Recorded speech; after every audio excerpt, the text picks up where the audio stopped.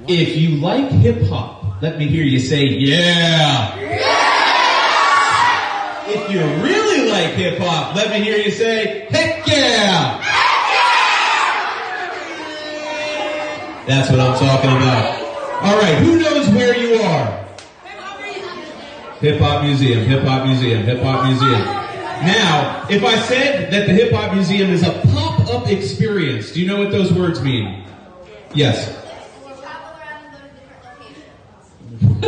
Do you have a pop-up museum? That's amazing. That is exactly right. A pop-up museum means that here we are today, but guess what? In another month we'll be in another city, and then another city after that, okay? Now, who here has heard of breakdancing? Raise your hand. Oh my goodness. Everyone has heard of breakdancing? Is there anyone who hasn't heard of it? Holy cow, who was that creepy guy talking to the kids? My goodness, it was me, Jeremy Beaver, CEO and founder of Listen Vision, and you're tuned in to Hip Hop in Action with my DJ, the one, the only... B-Dub the Boy Wonder. Hey, B-Dub. How's it going, Are sir? your How are you? headphones okay there? They will be okay. I'm sorry my son broke them. Shout out to my nephew.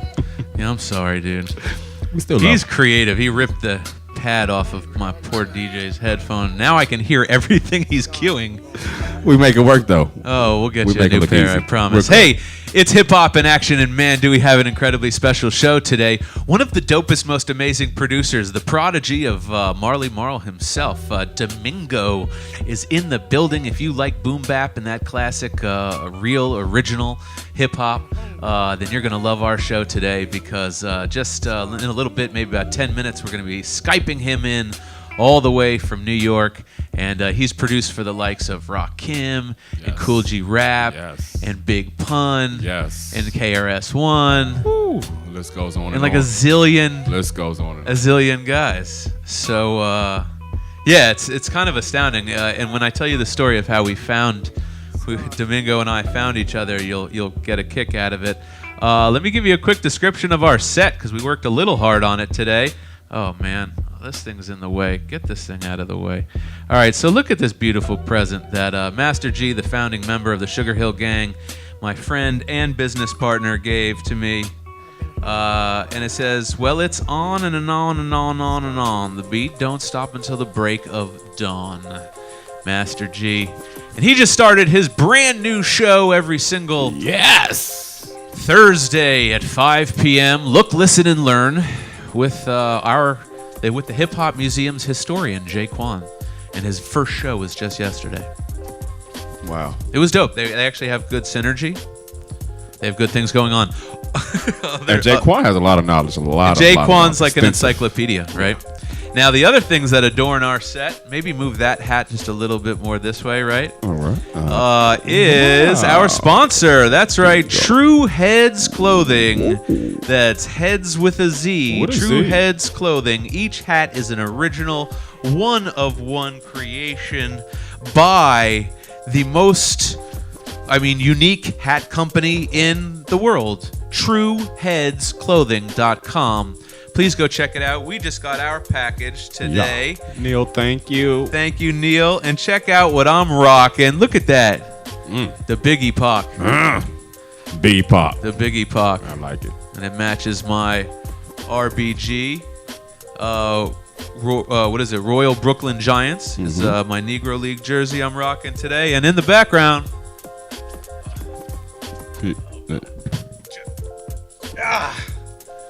Oh he my has God. back issues. So old. So this is a custom, not custom, sorry. This is a limited edition 35th anniversary Def Jam Adidas track jacket. We got two of them on set. Got the black and we got the burgundy and gold. And man, can you pass me that hat over there? Yep. No, the burgundy and gold. Yeah. Ah. I'm trying to tell you. Look at that. Oh, dope. Dripping. As the youngins say, drip. Okay, drip. All right. So we got a packed show, and we're gonna get right into it because it's we probably did a little too much. immediately we're going into Today in Hip Hop. Okay? Well, today in hip hop, we got, I guess this is a picture of Master G and DJ Cool there. This is from the induction of DJ Cool and Scarface just a couple weeks ago at the museum. And if you are around tomorrow at 2 p.m., check out Big Daddy Kane. That's right. Do we have that flyer? The Big Daddy Kane induction is, well, that's an amazing picture of Big Daddy Kane. But no, that's not the flyer. I think we also have a flyer. That's the flyer, although that picture is amazing, and by Dan Lish. Shout out Dan Lish in the UK who illustrated that picture. We'll go back to it in a second. Tomorrow, doors open at 12 noon. You can get your tickets on Eventbrite. The induction will be at 2 p.m., so don't come at 3 p.m. and then be pissed, you bought a ticket and you missed it. The induction's at 2 p.m., okay, sponsored by Cavassier and our own studio, Listen Vision, of course, at the Hip Hop Museum. All right. I am always finding amazing things on the internet, and one of the things I found is a man named Elise Farrell, and he animates classic hip-hop covers. So you think of the amazing hip-hop cover, and he animates them and puts music to it. Wow. This I like is the Big L one he did. The Big L one. Oh, Lifestyles of the Poor and Dangerous. Correct. I love that one. So here's what the crazy thing is. I found one for the album that we got from Domingo. So Domingo donated a gold plaque, RIAA plaque, to KRS-One that was Miss Melodies. It was presented to Miss Melody, and it was for the album Ghetto Music, the blueprint of hip-hop. This guy, Elise Farrell, he animates that. So here is the cover of KRS-One's Ghetto Music, the blueprint of hip-hop, animated by Elise Farrell. Take a look.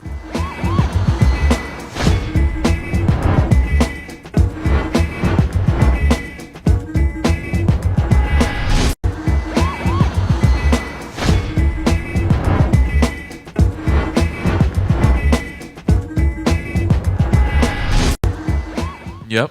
There you have it. Is that cool? Awesome. That was awesome sauce. I like that one. That's amazing. That's amazing. Okay. Had me speechless for a minute. He does other ones. Okay. So here immediately is Leaders of the New School, their very first album. I can't remember the title of it, but this is the very first album from Leaders of the New School, and we can play it twice, DZ. Go for it.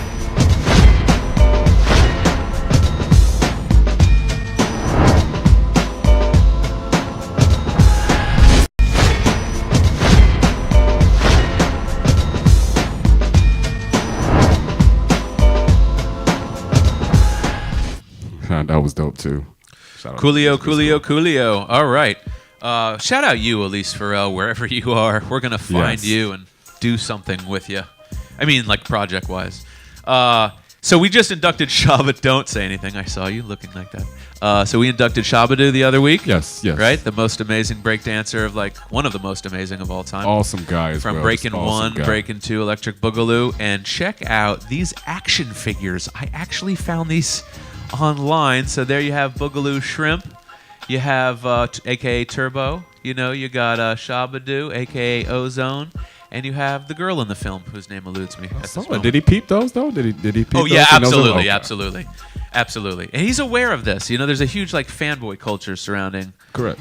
80s, a lot of 80s stuff, not just that. Because he brung them out that day. He brung them out. Well, he really helped to popularize breakdancing worldwide. So, he's got that feather in his cap. And speaking of feathers in his cap, he's also got a company called Afro. That's right. Mm-hmm. Myself and Christine, our social media maven, bore our chests. Is that the right word? Bared our chest? Bore our chest. We showed our shirts in this picture because he gave them to us. So that's his clothing line, Afro.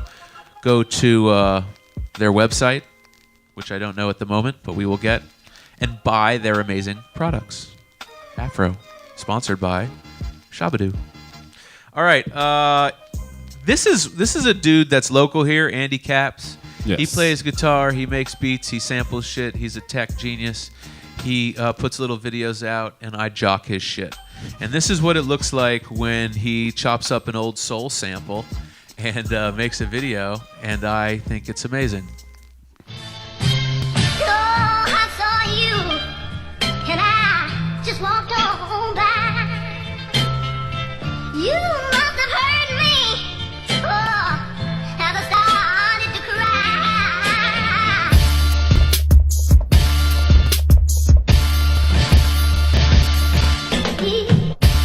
I saw you. I saw you. I saw you. I saw you. I saw you. I saw you. I saw you. I saw you. I saw you. I saw you. Oh man, that's the real hip hop right there. That was awesome. That's the real hip hop. Andy Caps, shout out to you, Andy Caps Music.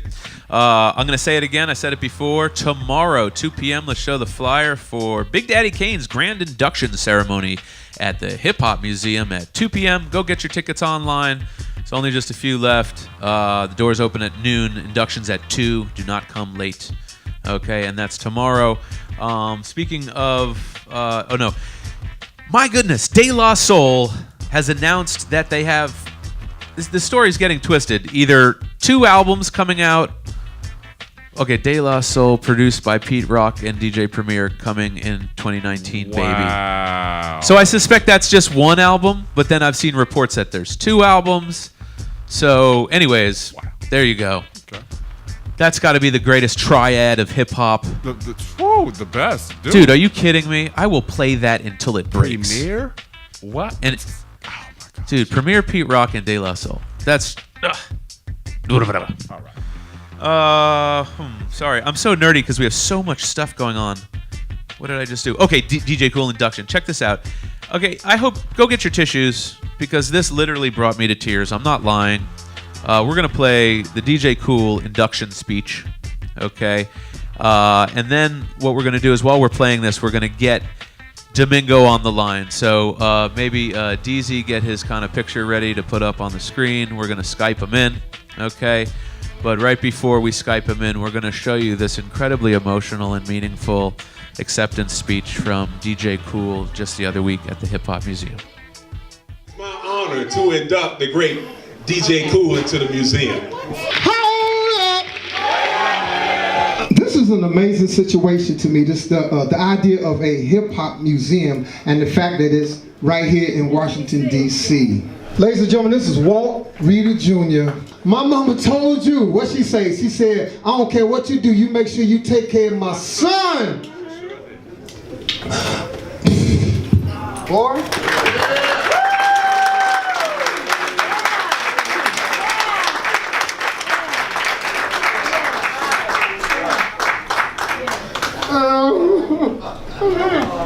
Right, cool. Stay strong, bud. I know. Love you. Love you. Love you, Cool. Hey man, you know I can't help this because the family here. DC here. Southeast here, Northeast here, Northwest here, Southwest here, Magnolia here, Virginia here, and I'm here. And a lot of y'all see me rocking these neck fitteds all the time, and I always rock them real low so you can't really see my eyes. And people be wanting to take pictures with me talking about, I want to see your eyes. What you, an eye doctor or something? My eyes is fine. You don't need to check my eyes. What you need to do is check this W that's flying on this fitted right here so you know exactly where I'm from. And I'm going to represent DC, go, and hip-hop till the day I die. I'm going out like Chuck Brown. I don't care what nobody say. I'm taking this into the grave, boy. I do have one of these, and I am proud of this right here. And I represent this, and I'm doing this in the name of Washington, D.C., Southeast to be exact. Ladies and gentlemen, I am your hip-hop legendary honoree, DJ Cool. Thank you so much.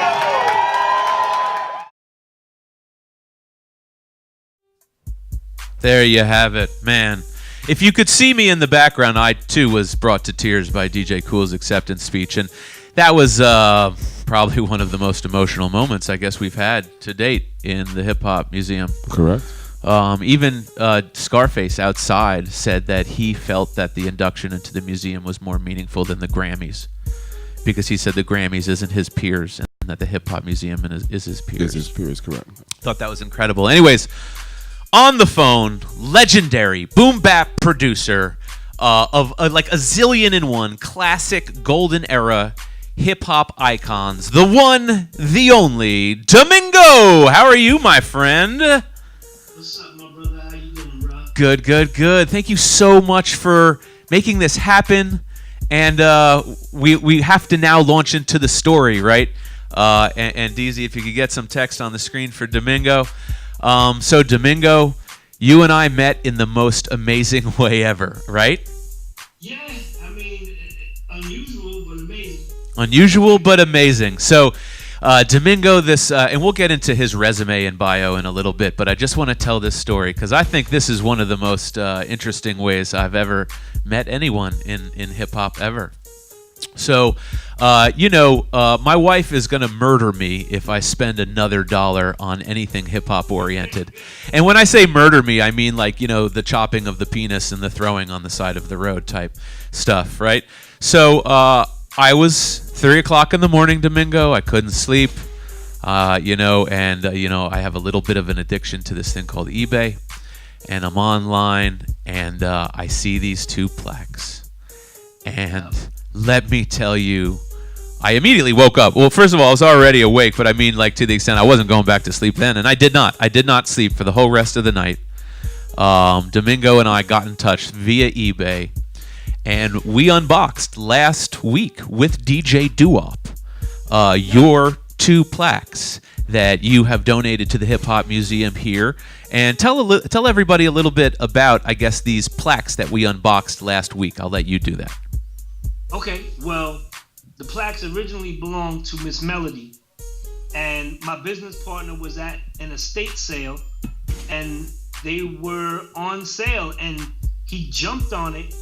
And then one day he showed me them. I never knew he had them. And I was like, damn, you have Miss Melody's plaques? And he's like, yeah. So we happened to be doing a concert with KRS and Rakim in Pittsburgh with my good friend, my man Dion Dupree from Grind Mode Music. And my business partner, KRS was doing his sound check. So we go outside to the parking lot. KRS was leaving back to the hotel, and me and him were talking, and my business partner opens his trunk, and there are the plaques. And my business partner didn't tell me he was doing all this. So he pulls out a magic mark. He goes, you have to sign these. Now, KRS, I know him for many, many years. Yeah. So he can be a funny dude, and I don't mean it in a bad way. Yeah, so he tells my friend, how did you get those? He's like, I bought them in an estate sale. And he was like, that's funny. I never seen those. And I'm like, come on, you were married to Miss Melody. How did you not know about these? You know what I'm saying? Yeah. So he signed them. And he said, well, my wife will be mad if she sees that I signed these. So he left. And then my business partner held on to them. We got it done in 2015. So that was, 4 years ago, almost to this day. So then my business partner was like, yo, you know what? I have no need for these. Put them on eBay for me. They were up there for a while, Jeremy. Wow. Wow. And we were just like, hey, but let me tell you, you caught them you caught them good because they weren't up there that cheap. Well, let me tell you something. People don't understand the value of hip-hop history. And so when you come and I give you your own personal guided tour of the Hip Hop Museum, right? You're coming. Definitely. Okay. Absolutely. I will show you not only the largest collection of hip hop artifacts and memorabilia in the world, but I will show you why, we are uniquely suited to display and take on those plaques so that, forever we can honor Miss Melody's legacy. We can honor KRS-One's legacy, right? And we can also show kids, young people, which is always what I'm concerned about, that good, conscious music can live on. And for us, maybe the thing I didn't get a chance to tell you, KRS-One is our company's spokesman. So Listen Vision Studios is right. Do that. All right, I'll send you the ad. He does our ad. He's done a bunch of stuff for us, right? And so 22 years in business, we're DC's largest and oldest recording studio. So you and I are now connected, and of course, you produced for KRS-One. You know, on one of the most legendary albums of all time, one of the greatest KRS-One albums. Not just KRS-One albums, but one of the greatest hip hop albums. I think I Got Next was really, you know, just off the charts, amazing.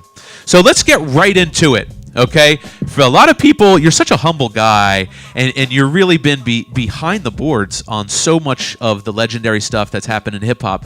Give us a Cliff Notes version of how you, because I know your backstory, but when you were young, what was the first thing you heard in hip hop that made you fell in love with hip hop? Why did you fall in love with hip hop?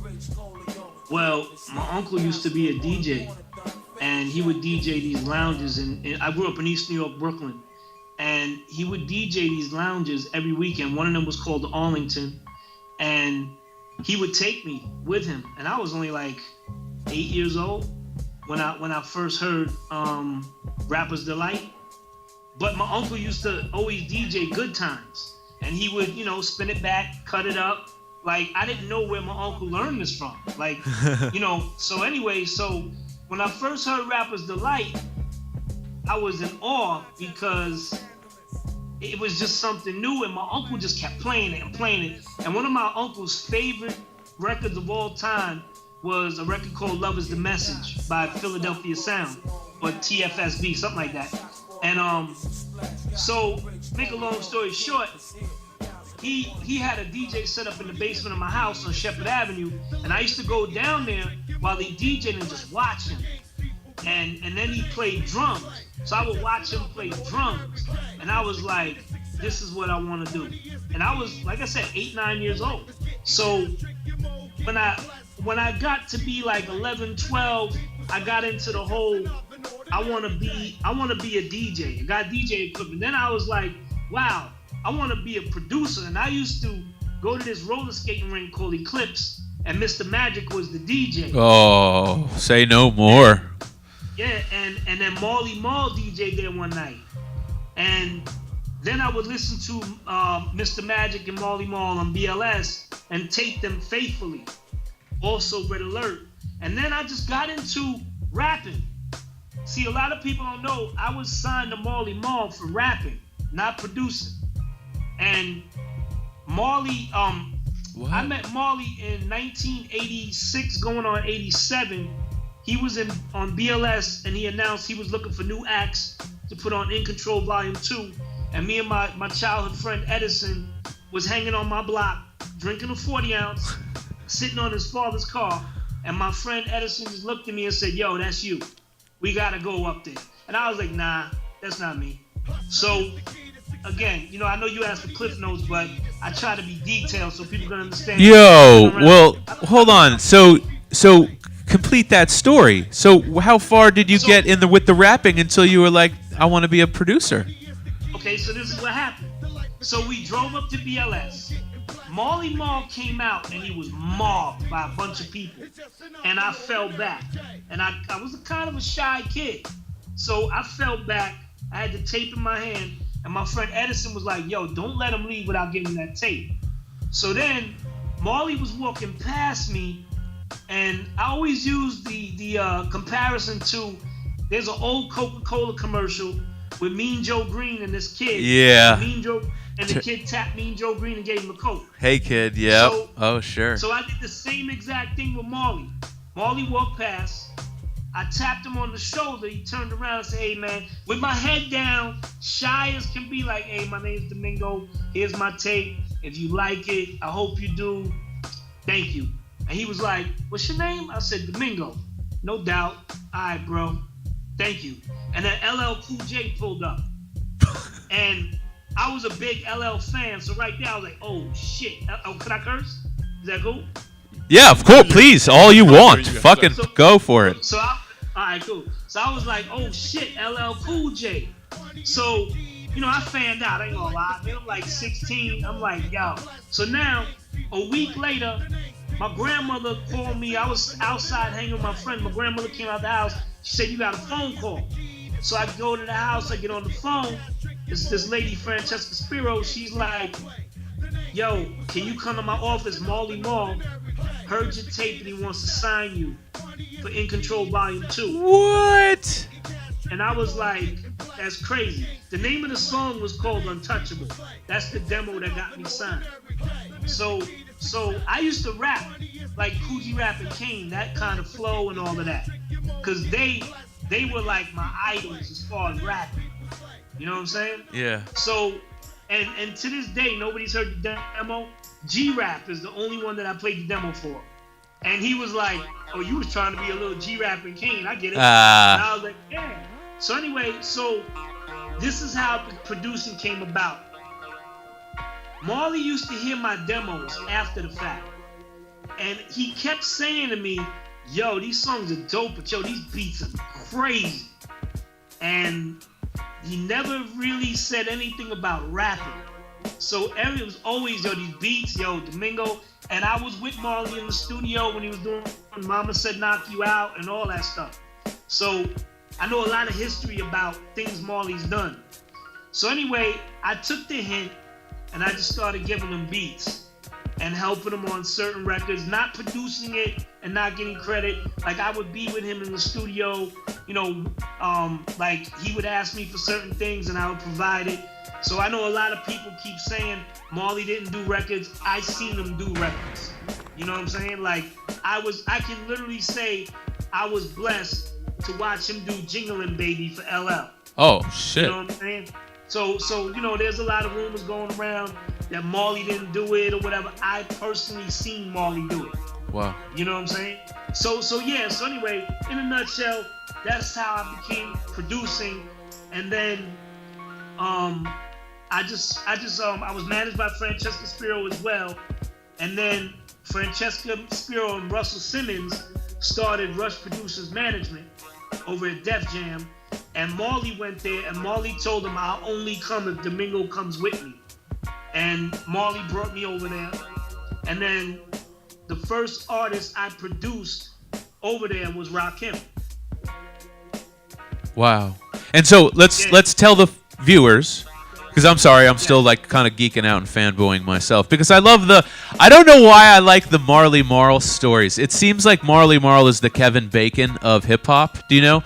So like when we were inducting Master Ace, do you remember? And he told us the roller skating rink contest, he won, right, yeah. That's the famous story that ended with Marley Marl. Not ended, I mean started with Marley Marl, really, but it's like all roads lead through Brooklyn, basically. And my father and my family is from Brooklyn. I'm wearing my Royal Brooklyn Giants jersey today.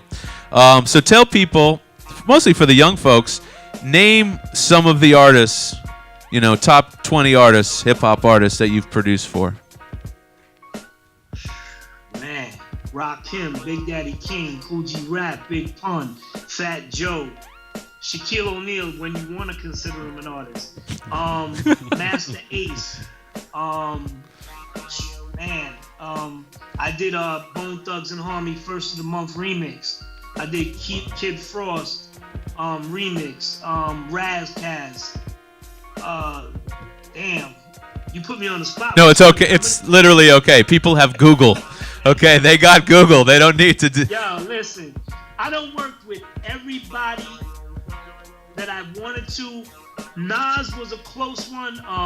Funny story, me and Tragedy kind of kidnapped Nas when he was maybe 15, brought him to East New York, and I forced him to listen to beats of mine. Okay, And Nas remembers that to this day. So like that's okay. Let's pause for a second, because like most people, don't have stories, or at least publicly admit to kidnapping Nas at age 15. I think you've just like we're probably gonna have to, that's we got to at least. We didn't kidnap him like yoked him up. It was that's how I referred to Nas. Like, yo, you remember when we kidnapped you? And he starts laughing. No, it's just hilarious to even think about that, because, like, yo, the guy's so talented. Yeah, like, I would kidnap him legitimately or not legitimately. and force them to make an album with me over my whack ass beats. I mean, I would just, just force that to happen. But so in the beginning, yeah, I can only imagine, working with Marley Marl and a producer of that stature. There's benefits, but then I guess there's things that I would think would be difficult in terms of, coming out from under, his wing and getting your own shine. How were you able to, or how was he able to help you foster, those relationships to kind of start, producing your own tracks, independent of Marley? Well, what happened was, like I said, when he went over to Rush Management, he told them he's cut as long as Domingo can come, I'm coming. And like I said, Francesca Spiro, who passed away like 3 years ago, she took me under her wing and she taught me the whole game, business-wise and all that. But then there was a point where I sat down with Marley and I said, yo, look, I love everything you did for me. I mean, Jeremy, to this day, I thank Marley for my career. He gets sick of hearing it from me. That's how much I be like thanking him. Yeah. But I told Marley, I said, yo, I wanna get my name to where your name was. Like, I need people to know who I am. And Marley said, yo, his exact words were, yo, kids, spread your wings. I got you. Anything you need, I got you. And that was it. And then Francesca Spiro started submitting my beats to different artists. And like I said, the first artist was Rakim.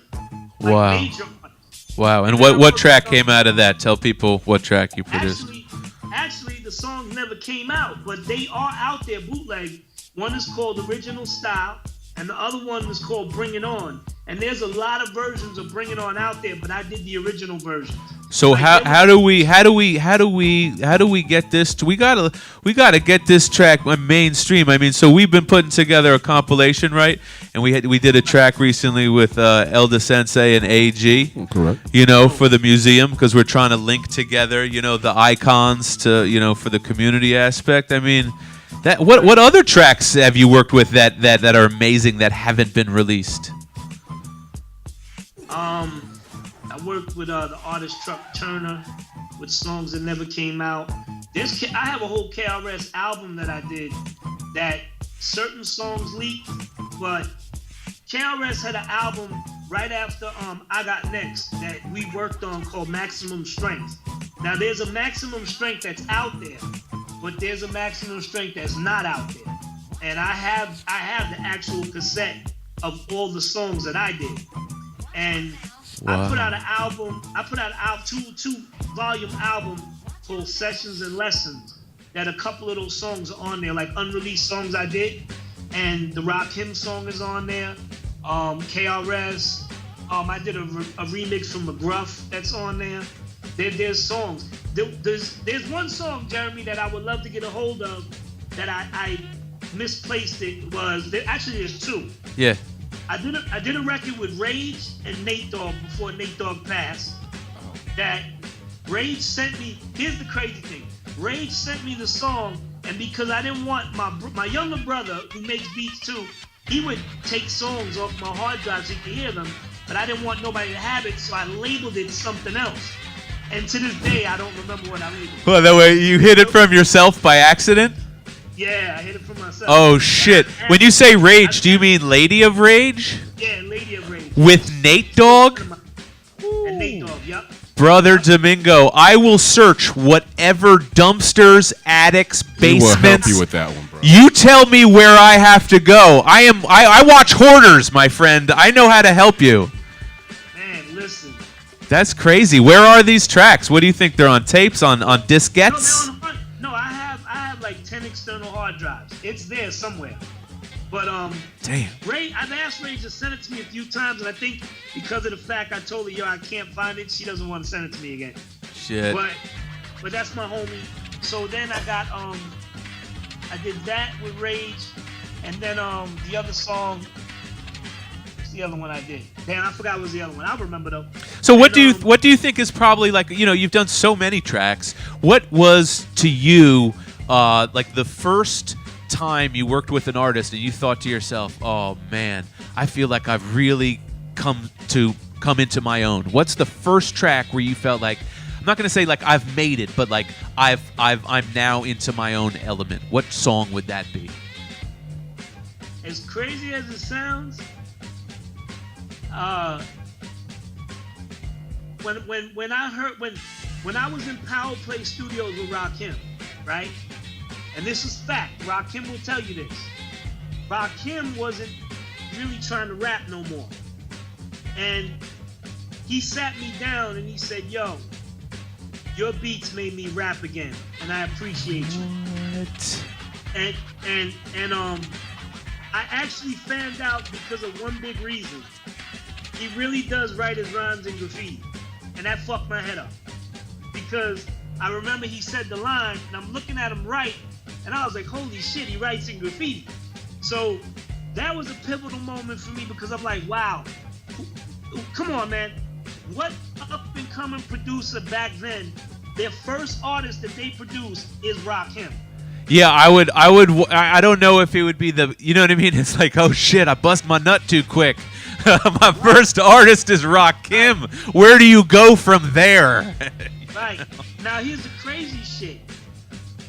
When I did the MC for KRS, right? At that time, I was working with KRS, Channel Live, Shaquille O'Neal, all in one shot. You know what I'm saying? So I was flying from, I still was Shaquille O'Neal in his house for a while. So I was flying from Orlando, Florida to New York, back to Orlando. And then at the same time, before that in 95, I did Fat Joe. And Fat Joe told me in the studio, yo, you're gonna piggyback off me once we do this Jealous Ones Envy album, and your career's gonna take off. And from there, from Joe, it was like a domino effect, because doing that album with Joe, I met KRS. So when I met KRS, I met Channel Live. And then I was at the Gavin convention in Atlanta, and Shaquille O'Neal's manager came up to me and said, Shaq heard what you did with Fat Joe. He wants you on his Can't Stop the Rain album. So from there, I met Peter Guns and Lord Tariq.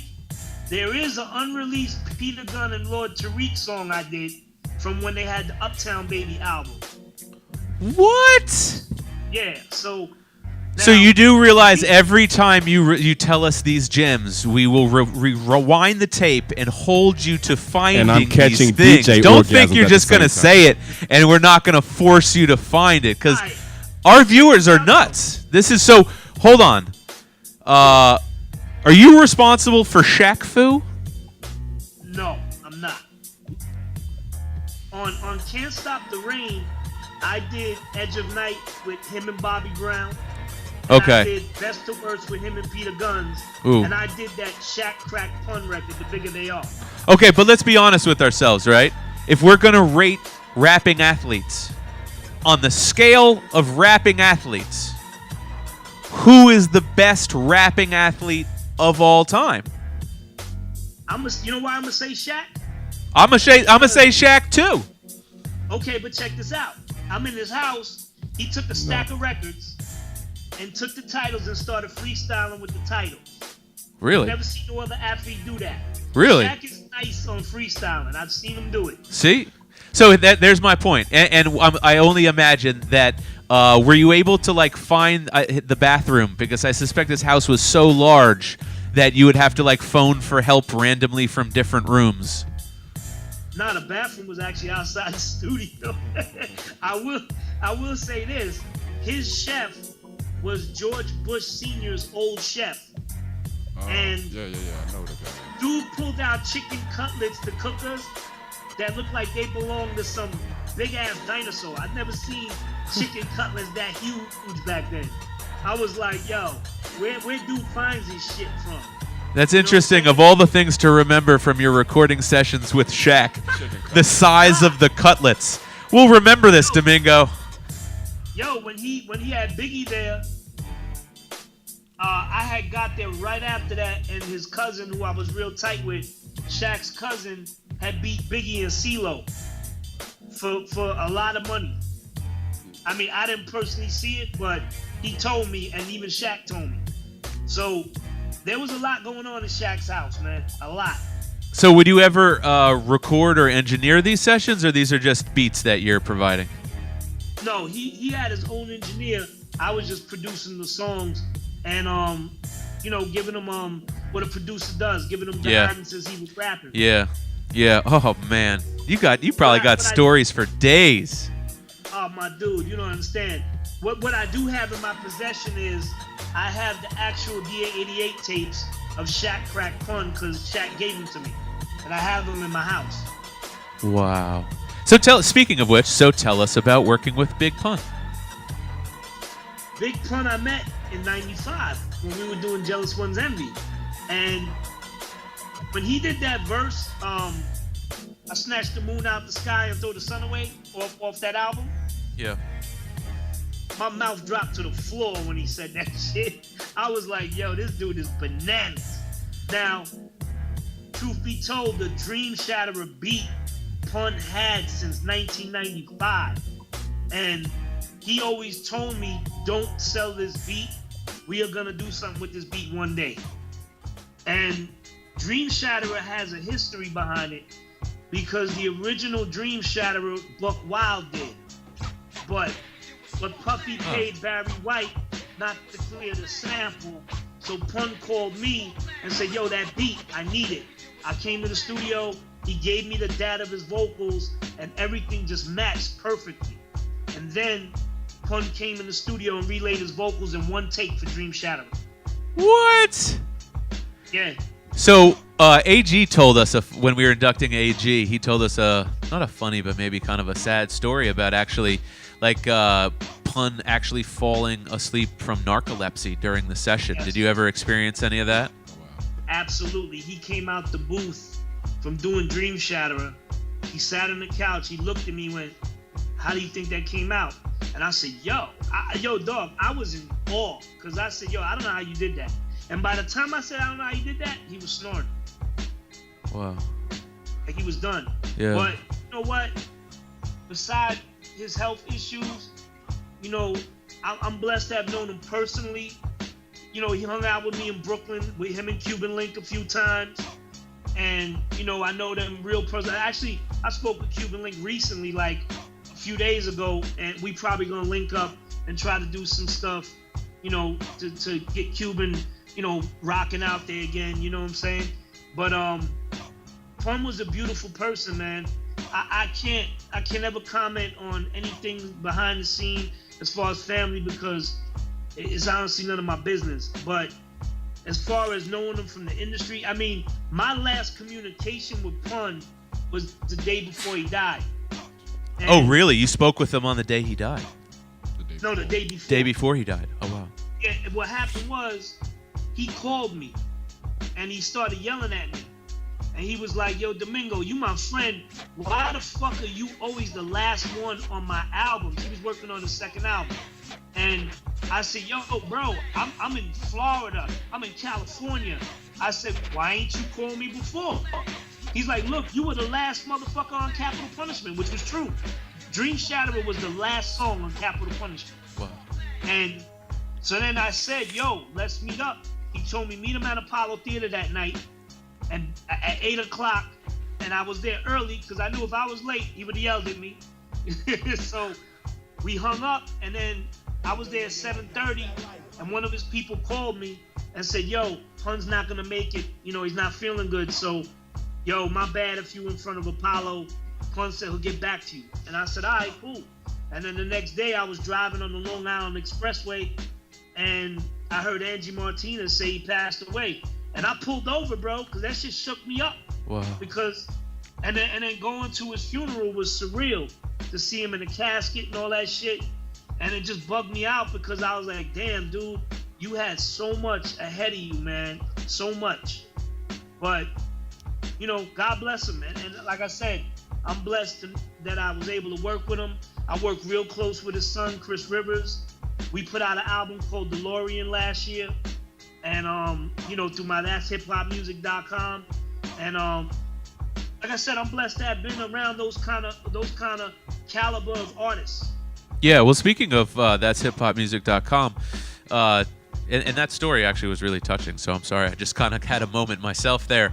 We've lost so many legends. In fact, that that's one of the reasons why the Hip Hop Museum has such an important place. Not just in hip hop, but in American culture. Hip hop is just as American as apple pie, and our goal is to actually honor hip hop with a House referendum from Congress, the way jazz is honored. So jazz has House Referendum 57, which recognizes it as like a unique original American art form. We want the same thing for hip hop. So tell us a little bit about thatshiphopmusic.com and what people can find and expect if they go there. Well, that's hiphopmusic.com. I started back in 2015 when it became evident that we got to stand up to save this culture from the way the major labels are taking the direction they are with it, because it's going in a bad direction. Like, the music is horrible, the rappers are horrible. So I pride myself with, and I don't like to really use the term real hip hop. I pride myself with hip hop that counts. Like hip hop that people grew up to, hip hop that people can relate to, not like necessarily mumbling and all that, because that ain't hip hop. But so I started that, and it started out doing concerts. Like the first concert I did, we did it in Pittsburgh. Pittsburgh was like the hub for me, even though I don't live out there, but it was just a need for it out there. So I did the first concert with Big Daddy Kane, Brand Nubian, Das Effect, and G-Rap. And then I brought out the Juice Crew to do the symphony, which was the second time in history they ever did it. And if anybody was allowed to do it, I was. Marley gave me the blessing that I could do it, because that song belongs to him. But he gave me the blessing, so I did that. Then I did KRS and Rakim. And then I started thinking with my business partner, we wanted to put out artists that are dope. So the first album we put out was Joel Ortiz. And that went good. And then we put out Nutso. And then we put out Chris Rivers. Then Raz Kaz. So, if you hear the names, you see the caliber that I'm shooting for. Yeah. Like lyricists that are nice with it and do songs. And then, so, that's what the focus is. And then I just put out a 3 EP series with Cannabis for Full Spectrum Dominance. And I'm actually working on right now. I'm re-releasing my Behind the Doors of the 13th Floor album, which came out in 1999. And I had Eminem on that album, and that was 2 weeks before he blew up. So I was lucky to get him on my album. And I'm reworking the album right now to give it a new upgraded sound with remixes, and it's gonna be dope. And I'm releasing it March 22nd. Which is the day before the actual one came out in 1999. And everybody can, if they want to buy and get this music, they can go to thatshiphopmusic.com. Yeah, go to thatshiphopmusic.com. I mean, there's a lot more music up there. My man Apocalypse is there. Apocalypse was on Disposable Arts with Master Ace. Also, a lot of people don't know, Master Ace was signed to me and another business partner at the time to Yosumi Records. Master Ace put out Disposable Arts through us. So Master Ace, yeah. I thought that was through Barely Breaking Even. No, not at all. Oh, wow. They came out Yosumi Records back in 2000, and I want to say 2001 if I'm correct. Wow. And and that's why I produced the majority of that album. Like, I did 4 songs on there. Yeah. Brilliant album, by the way. One of his best albums, in my opinion. Oh, absolutely. Yo, Master Ace, man. Yeah. He's one of the most slept on, dopest. Yeah. Like, yeah. His new album with Marco Polo. Marco Polo. Yeah. Ridiculous. Yeah. Ridiculous. Yeah, I like it. I like Marco Polo's sound, but I really, your sound to me is, we're close in age, and I'm, kind of Brooklyn via DC for the last 22, 24 years. So, like, to me, the hip hop sound that's ingrained in me actually is your sound, and probably was you that fucking put that shit in my ear, But if people want to find you, if they want to, hire you, if they want to buy your beats, how can they get in contact with you? How can they find you? There are beats for sale on thatshiphopmusic.com, but they can reach me through messaging me on Facebook. It's Facebook Beats by Domingo. Also, they can hit me on Instagram with a message. I do have management, but you know, a lot of times, I'm not even gonna lie, I'll do business myself because it's not music industry prices. You know what I'm saying? Right. Whereas, you know, you got to be breaking everybody off, and my manager understands that. And what's your IG if people want to hit you? It's Domingo_that's hip hop. There you go. One of the most legendary boom bap, classic golden era hip hop producers of all time. Domingo, you know, I feel like we could probably do a 6-hour interview with you because I feel like we've just gotten started. Trust we could. So I'm gonna call this part 1, right? So segment is like you know, specials with Domingo. You know, hip hop stories. You know, tales from the hip hop crypt with Domingo. I like that. Yeah. What do you think of that? I love it. I just came up with that. Domingo, you down? We love that. You down? Tales. I'm with that. I'm with that. Tales from the hip hop. People have asked me to write a book, and I tell them, if I wrote a book on the real shit that I've seen, I probably need bodyguards. Oh, shit. Because I've seen so much shit, good and bad, that a lot of people wouldn't even understand the artists they love ain't the artists they really know. Now that's the T. Oh, my goodness. Well, you know, we try to tell people. We tried to warn them. We try to warn them. Well, check this out, Domingo. What we're gonna do, DZ, if you want to get this video ready from the, I think it's titled, like Upstairs from the Hip Hop Museum, Hip Hop Museum DC. No, where is it? Do you see that video? Yeah, Upstairs. I want to show everybody the video of the performances. Yeah, recap. That's fine. I think that is it. Yeah, so check this out, Domingo. What we're going to do is we're going to show the people. This is one of the newest kind of recap videos from the grand opening of the Hip Hop Museum. I want to say thank you so much. Thank you so much for the KRS-One plaques. Thank you so much for being understanding when I didn't understand. I was speaking to the one and only real Domingo.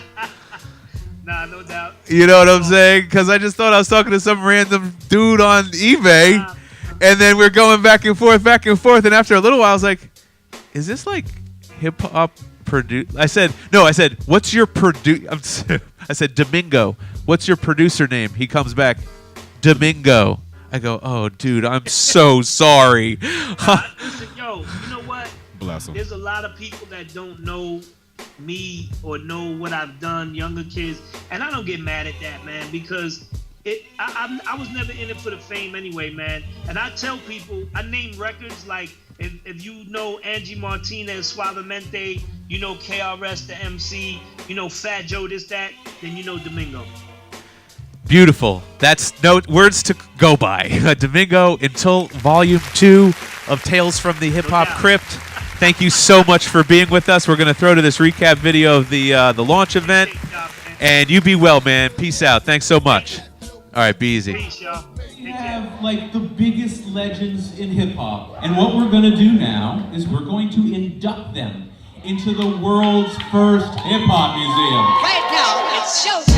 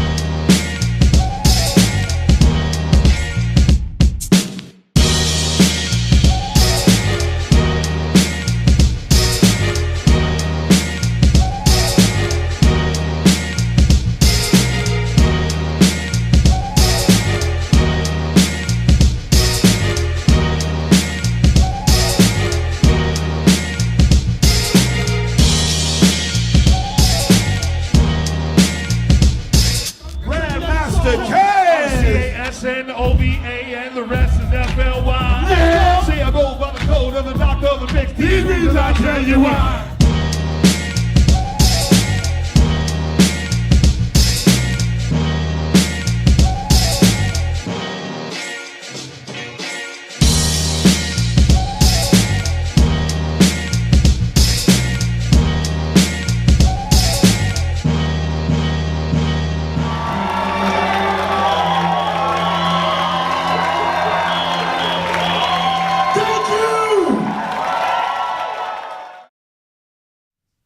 There you have it. That was the grand opening of the Hip Hop Museum, world's first hip hop museum. If you're just tuning in, you're missed the entire show. But I'm Jeremy Beaver, CEO and founder of Listen Vision, with my DJ, the one, the only B-Dub, the boy wonder. What the heck was it? I was trying to get to the drop in time. I'm sorry. Oh, you caught me off guard with that. And then he said it like B-Dub, for the first time ever, he caught me off guard with the drop. Okay, ladies and gentlemen, for the first time ever, all right? Yo, but he said it so depressingly. Like you got to love B-Dub, the boy wonder. Yeah. Okay, He got so too late. anyways, we're going to give the people a little real hip-hop news, but thank you so much, Domingo, for being with us. You are the definition of real hip-hop and the backbone of so many classic hits, right? Yes, and has a lot of information. I'm going to leave it there. He has a lot of information for us. First of all, The MC by KRS-One is one of my favorite songs of all time, so he made that, amongst many other things. Yes. Okay, check this out. You know who's hip-hop? Whether you want to believe it or not, that's right. My president, Barack Obama, I thought he was going to say Shaq. Is hip hop. Look at him rocking this black bomber jacket, apparently from Rag and Bone. Apparently it's a little bit of an expensive jacket, but who the hell cares? I don't know why that was reported. He's got the custom 44 on the sleeve because you know, he's the man. Yep. And that's dope. To me, that's hip hop. Let me see. Where are we? I lost my place. Oh, right. Rap versus hip hop. So everybody, this is the easiest illustration, right? I saw this online. I was like, here's how you know the difference. Rap, that is the record business, right? That's selling records, making hits, creating stars, winning awards, right?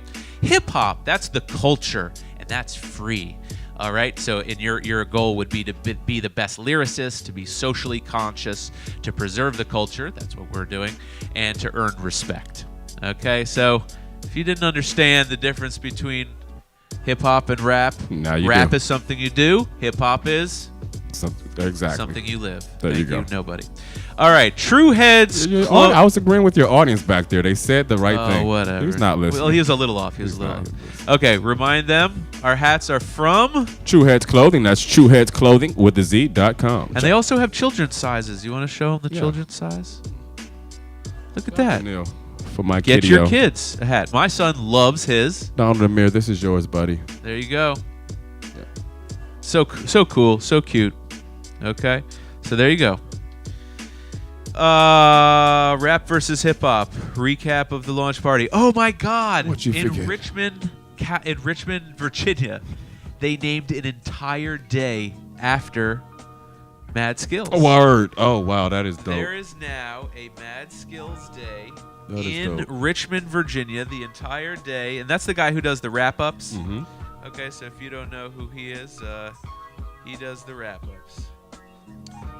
Let's see here. Oh, okay, here we go. Shout out to Richmond for that, though, honoring one of their own, though. I love that. Yeah. In other real hip-hop news, Master G was on ABC 7. So just the other day, Master G, in promotion of his brand new radio show here on WLVS Radio, was on ABC 7. There he is, Master G, Thursdays at 5 p.m. That's right. There he was, bounce to the rhythm of the boogie to beat with Michelle Wright. Okay, so he did this whole press tour in support of his brand new show, Thursdays at 5, here on Listen Vision Live. Random real hip-hop news. The Olympics is considering adding breakdancing to the Olympics. Okay, so if there were one way we could think of to make the Olympics slightly more entertaining, yes. Not only breakdancing, but I suggest skateboarding. I can dig it. I honestly can dig it. All right, there's one last image that we have, DZ. I don't know what that means, Uriah Hip Hop Museum poster. Oh, Yeah. shit, that's I what it remember means. these guys. Well, look at this. This is what it looks like. This is yours truly and my business partner, Dave Mays. We sold our first ever signed autographs. He and I don't think he has, nor have I, ever sold our autograph to anyone. This is, we're very flattered. I got to tell you, this is a father and his son who came to visit the museum, and this is a framed limited edition poster from the museum. He bought that, and I got to tell you, it means so much to me that anybody recognizes how hard we've worked to put this together. So thank you, Uriah, thank you. and your family, beautiful family that came out that day. It's really much appreciated. Anyways, we're going to end on this cool scratch video. So I found a video of, I like scratching shit. And so remember that one where it's called visual vinyl and they put the pictures on the record? Right. And then you could look at the record and scratch the sound because you could see the sound on the record. This is not that. This is a guy who figured out how to make all the sounds start at one mark on the record. So this will make sense when you see this video. He marks the record, and then if you needle drop through the record in that same place, it'll create a different sound. I'll just show you the video because I'm not even making sense right now. Anyways, hold on. I'm going to say goodbye too. Okay. Until next week. Actually, I think we're going to be on a break next week because I got to be out of town for a family matter. But the following week, we have an incredible guest lined up. We want to remind people tomorrow. Yes, please. 2 p.m. Please come down. B-Dub will be DJing for the one and only. Let's show them the flyer again. Big Daddy Kane. And it ain't the no one and only half-stepping. Big No Daddy half-stepping. Kane is being inducted into the Hip Hop Museum at 2 p.m. Doors open at 12 noon. Go on to Eventbrite now to get your tickets. Stoner's going to be working there. Please don't stink the place up. Please come smelling delicious. Like, I was going Burberry? No. Okay, Burberry model. That's fine. I like your shirt. That's dope. All right, so this is our weird, lame ending of the show. Every Friday at 5, we're Hip Hop in Action. I'm going to cue you. Get ready. Here I go. I'm Jeremy Beaver, CEO and founder of Listen Vision, with my DJ, the Boy Wonder. You gotta love us. He either doesn't cue it or he cues it too soon. I gave You up. gotta love us. You gotta love us every Friday at 5. Until the next Friday at 5, check out this scratch video. Let's think.